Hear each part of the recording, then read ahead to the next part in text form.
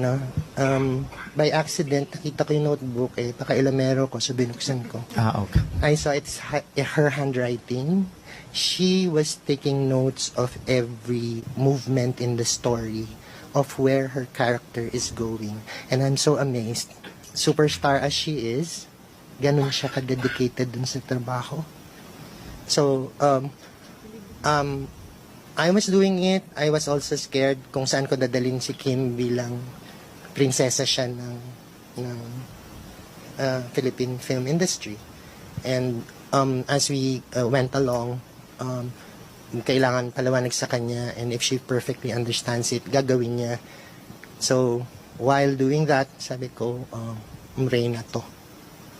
Reyna tong bata na to.